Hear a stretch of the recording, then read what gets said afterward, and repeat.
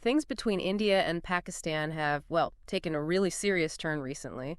We're jumping straight into the rapid escalation that unfolded in late April and early May of 2025. Absolutely. It's quite a situation.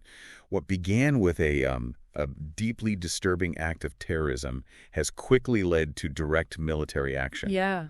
And it's vital for us and for you listening to understand not just what happened, but the very different ways both sides are framing these events. Right. The spark, as you said, was that horrific attack on April 22nd, 2025, in Pahalgam, Jammu and Kashmir, losing 26 lives, including a citizen of Nepal. I mean, that alone makes this incredibly significant. Hugely significant. And Indian sources were quick to point out this is the highest civilian death toll in a terror attack since the 2008 Mumbai attacks.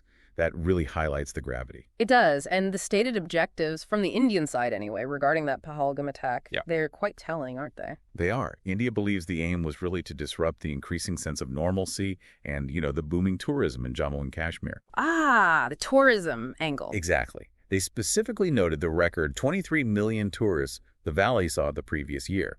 So the thinking is this was a calculated effort to destabilize the local economy, maybe even stir up communal tensions. Okay. Now, the group that actually claimed responsibility is called the Resistance Front, or TRF. Right, TRF.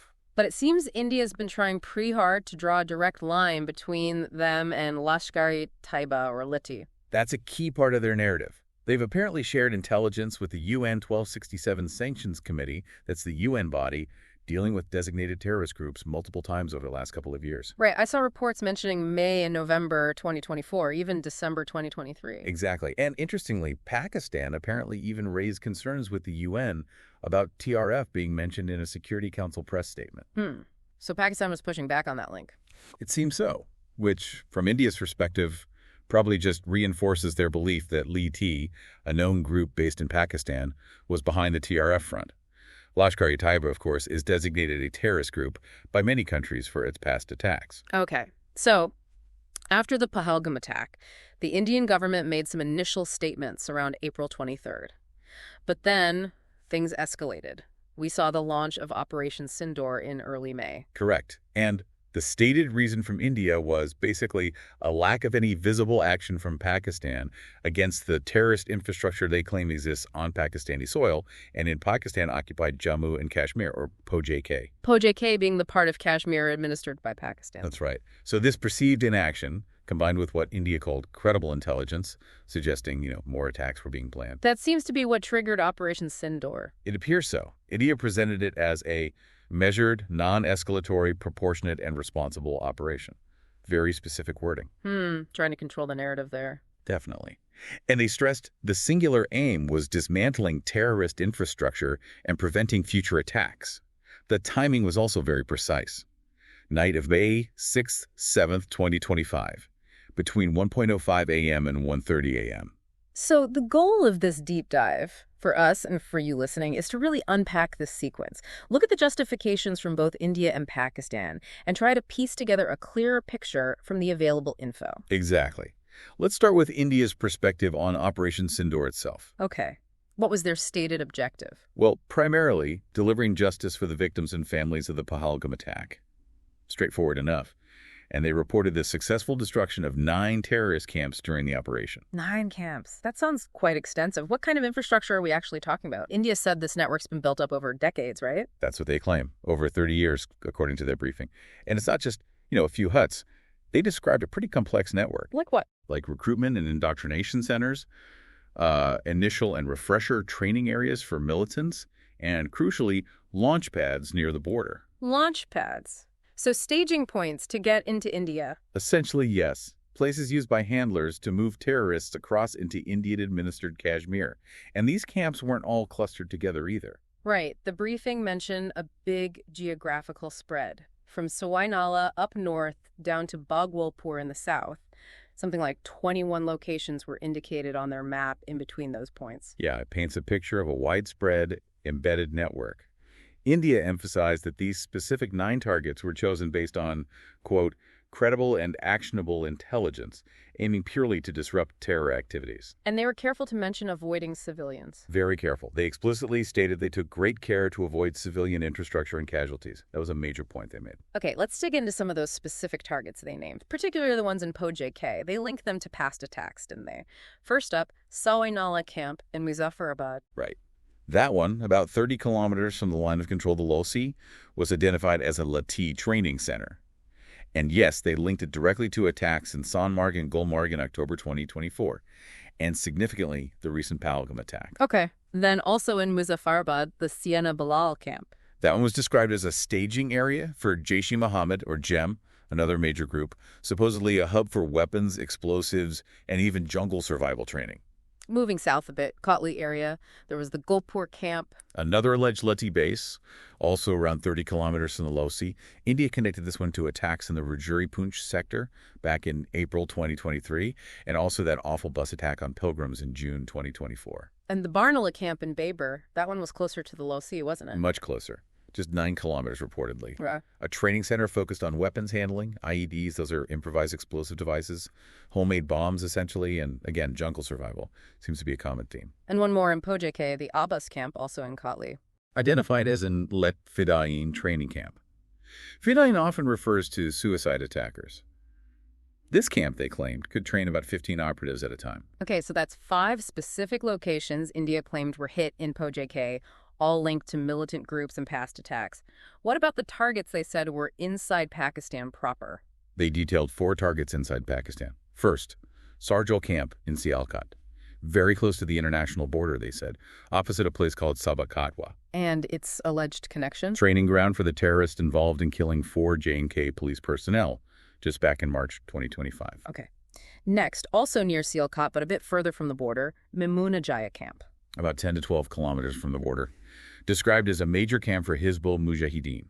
And significantly, India claimed this camp was a control center for terrorism in the Katwa Jammu region. Right. And even linked it way back to the Pathankot Air Force Base attack. Wow. Okay. The third one inside Pakistan, Markaz Taba in Muridke. That name rings a bell. It should. Indian sources were very explicit. They identified this as a key training ground used by the terrorists involved in the 2008 Mumbai attacks. People like Ajmal Kasab and David Headley were allegedly trained there. That's a huge claim, linking it directly to Mumbai. Absolutely. It really underscores the historical weight India attaches to this location regarding cross-border terrorism. And the final one they mentioned, Markaz Subhanallah in Bahawalpur. Right. Identified as the headquarters of Jaish-e-Mohammed. This was much deeper inside Pakistan, about 100 kilometers from the border. Claimed to be a primary center for recruitment, training, indoctrination, frequented by top JEM figures. So a mix of targets, some close to the border, some deeper in, linked to different groups and attacks spanning years. Precisely. And throughout their briefing, India maintained very firmly that no military installations were hit, and critically, that they had received no reports of any civilian casualties on the Pakistani side from their actions. They even mentioned the type of weapons used, didn't they? Something about niche technology. Yes, niche technology weapons with carefully selected warheads.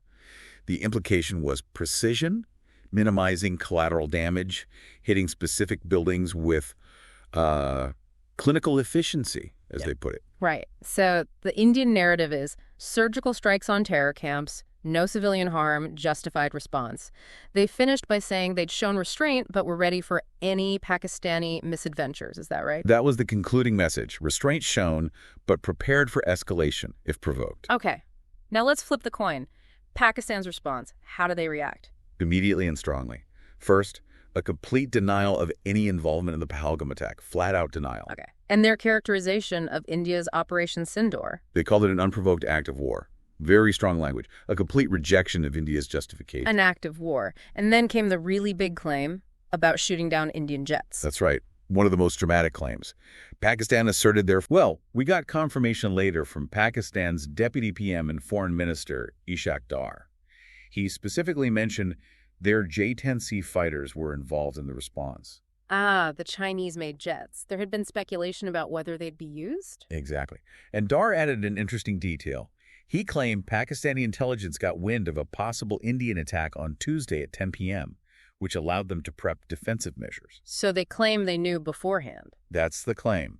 And he also said the instructions were only to target Indian jets after they had released their bombs or payloads. He presented this as the reason only 5 were shot down, implying they could have hit more but chose not to. Okay, quite a narrative there. But India's response to that claim? A complete dismissal. India labeled the claims of downed jets as disinformation, pure propaganda from their perspective. So, zero agreement on what happened in the air. What about on the ground? Pakistan's account of the damage and casualties from Operation Sindoor itself, this is where things get really different from India's story. Radically different. According to the briefing cited by On India News, Pakistan reported significant casualties and damage at several locations India had targeted. Let's take Markaz-Zupan, for instance. Okay, what did they say happened there? Pakistan claimed 4 strikes hit that area, resulting in 5 civilian deaths. They specified a 3-year-old girl, 2 young men, 2 young women. They also reported 31 injured civilians, mostly men, but 6 women too. Civilian deaths and injuries. And property damage. Yes, they claimed a mosque was destroyed and 4 family quarters nearby were damaged. A completely different picture to India's no civilian harm. Totally different. What about other locations? At Shahi Wali Nala in Muzaffarabad, they reported 7 impacts, 1 girl injured, and damage to a mosque there as well. Another mosque damaged. And in Kotli, near the Abbas camp India mentioned. In Kotli, Pakistan claimed 5 strikes caused 2 civilian deaths, a 16-year-old girl and an 18-year-old boy. Also a mother and daughter injured, and again, damage to a mosque. It seems damage to mosques is a recurring claim in their account. What about Muridke? In Muridke, at Markaz-ul-Qura, they reported 4 strikes. 1 man killed, another injured, 2 people missing. And yet again, a mosque destroyed, plus damage to surrounding, quote, poor housing. So Pakistan's narrative is not just different, it's the polar opposite on the ground impact. Civilian deaths, multiple injuries, damage to homes, and specifically several mosques. Exactly. It's presented as a direct, harmful attack on civilian life and religious sites, completely contradicting India's claims of precision strikes solely on terror infrastructure. This massive gap in the two accounts, it's the core of the problem in understanding this, isn't it? Makes independent verification incredibly difficult. Hugely difficult, especially in a high-tension environment like that border region. Let's touch briefly on the international reaction. We saw the U.S. president call for de-escalation, right? Mentioning his familiarity with both countries. Yes, that call came pretty quickly. It signals serious international concern, which is hardly surprising given you have 2 nuclear-armed neighbors involved in direct military clashes. Any direct military action between India and Pakistan gets the world's attention fast. Absolutely. And the underlying issue we always have to remember is Kashmir. That long-standing, deeply complex dispute is the bedrock of this tension. The region's been divided since '47. Both claim it all. It fuels everything. It does. Now, an interesting side effect apparently was seen in the financial markets, something about Chinese defense stocks. Yeah, that was reported. Shares of Chinese defense manufacturers saw a bit of a rally after this escalation. Why would that happen? Well, analysts, like those cited by Bloomberg, suggested a couple of reasons. One, increased regional tension might boost demand for Chinese military gear down the line. Makes sense. More tension, more arms sales. Potentially. Yeah. And 2, the fact that Pakistan reportedly used Chinese J-10C jets and then claimed success with them, that could be seen as a kind of battle testing. Makes the equipment look more attractive on the international market, perhaps. A real-world demonstration, even if the claims are disputed. And Pakistan does rely heavily on Chinese arms, doesn't it? Significantly. The J-10Cs are a prime example. And just to add another layer to the conflicting claims about downed aircraft, Pakistan didn't just claim Indian jets. Oh, what else? They also claim to have shot down a French-made Rafale jet. A Rafale, along with the other Indian planes. That was part of their claim, yes. Alongside other unspecified Indian aircraft types. Of course, India denies losing any aircraft at all, Rafale or otherwise. So the claims just kept getting bolder, it seems. Adds another layer of complexity to the whole he said, she said situation. It really does. It could be seen as Pakistan trying to project strength, showing they can counter even India's most modern air assets. Okay, so let's try and sum this up. We had the horrific Pahalgam attack. India pointed the finger squarely at Pakistan and Lashkar-e-Taiba, possibly via the TRF front group. Sure. Then India launched Operation Sindoor, hitting what they described as 9 terrorist camps in POJK and Pakistan, insisting it was precise and avoided civilian harm. That's India's narrative. Then Pakistan vehemently denied any link to Pahalgam, called India's Operation An Unprovoked Act of War, claimed they shot down 5 Indian jets, including a Rafale, and reported numerous civilian deaths and damage to homes and mosques from the Indian strikes. That's Pakistan's counter-narrative, yes. Fundamentally at odds on almost every single point. The nature of the targets, the outcome of the strikes, who shot down what, completely different stories. Exactly. And all of this playing out against that ever-present backdrop, the unresolved, deeply emotional dispute over Kashmir. That context makes everything so much more dangerous, doesn't it? It really does. Yeah. It's the fuel for these cycles of violence and mistrust. So here's what I'm left thinking about, and maybe you are too. When you have 2 nuclear powers giving such completely opposite accounts of major military actions, what are the long-term dangers here? How do you even start to figure out the ground truth? And maybe more importantly, what role can international players realistically have? Not just in calling for calm, but maybe in trying to verify these claims. It feels like a really precarious situation built on conflicting realities. It certainly does. Reconciling those narratives, verifying claims, finding a path to de-escalation when the basic facts are disputed. It's a massive challenge with incredibly high stakes. Yeah. Definitely something to ponder.